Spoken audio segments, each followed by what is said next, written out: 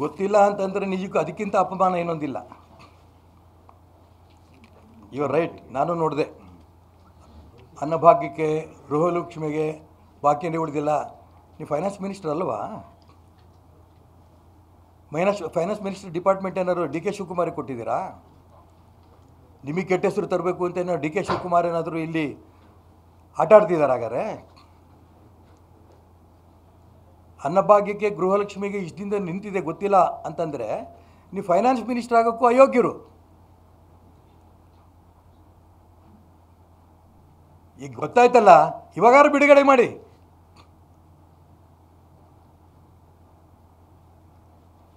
ಇದಕ್ಕೂ ಹಂಗೆ ಅಂದ್ಬಿಟ್ಟಾರು ಅತಿಥಿ ಶಿಕ್ಷಕರಿಗೆ. ಅಯ್ಯೋಯ್ಯೋ 7 ತಿಂಗಳಿಂದ ಬಾಕಿ ಇದೆಯಾ? ನಂಗೆ ಗೊತ್ತೇ ಇಲ್ಲಲ್ಪ, ಮುಗೀತು ಒಂದೊಂದೇ ಮಾತು. ನಾನು ಅದಕ್ಕೋಸ್ಕರ ಇವತ್ತು ಪತ್ರ ಬರಿತಾ ಇದ್ದೀನಿ. ಅವ್ರು ಏನು ಉತ್ತರ ಕೊಡ್ತಾರೋ ನೋಡೋಣ, ನಿಮ್ಗೆ ಉತ್ತರ ಕೊಡ್ತೀನಿ ನೆಕ್ಸ್ಟ್.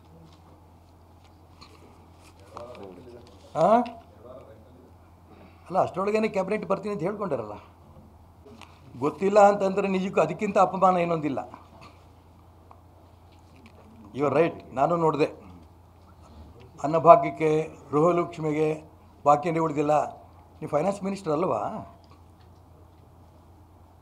ಫೈನಾನ್ಸ್ ಮಿನಿಸ್ಟರ್ ಡಿಪಾರ್ಟ್ಮೆಂಟ್ ಏನಾದ್ರು ಡಿ ಕೆ ಶಿವಕುಮಾರಿಗೆ ಕೊಟ್ಟಿದ್ದೀರಾ? ನಿಮಗೆ ಕೆಟ್ಟ ಹೆಸರು ತರಬೇಕು ಅಂತ ಏನೋ ಡಿ ಕೆ ಶಿವಕುಮಾರ್ ಏನಾದರೂ ಇಲ್ಲಿ ಆಟ ಆಡ್ತಿದ್ದಾರೆ? ಹಾಗಾದ್ರೆ ಅನ್ನಭಾಗ್ಯಕ್ಕೆ, ಗೃಹಲಕ್ಷ್ಮಿಗೆ ಇಷ್ಟದಿಂದ ನಿಂತಿದೆ ಗೊತ್ತಿಲ್ಲ ಅಂತಂದರೆ ನೀವು ಫೈನಾನ್ಸ್ ಮಿನಿಸ್ಟರ್ ಆಗೋಕ್ಕೂ ಅಯೋಗ್ಯರು. ಈಗ ಗೊತ್ತಾಯ್ತಲ್ಲ, ಇವಾಗಾರು ಬಿಡುಗಡೆ ಮಾಡಿ.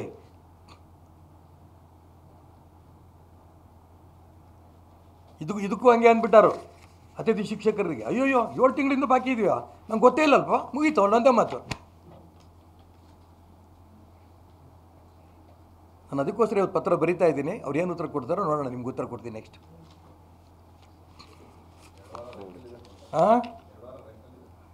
ಅಲ್ಲ, ಅಷ್ಟರೊಳಗೇನೆ ಕ್ಯಾಬಿನೆಟ್ ಬರ್ತೀನಿ ಅಂತ ಹೇಳ್ಕೊಂಡಾರಲ್ಲ.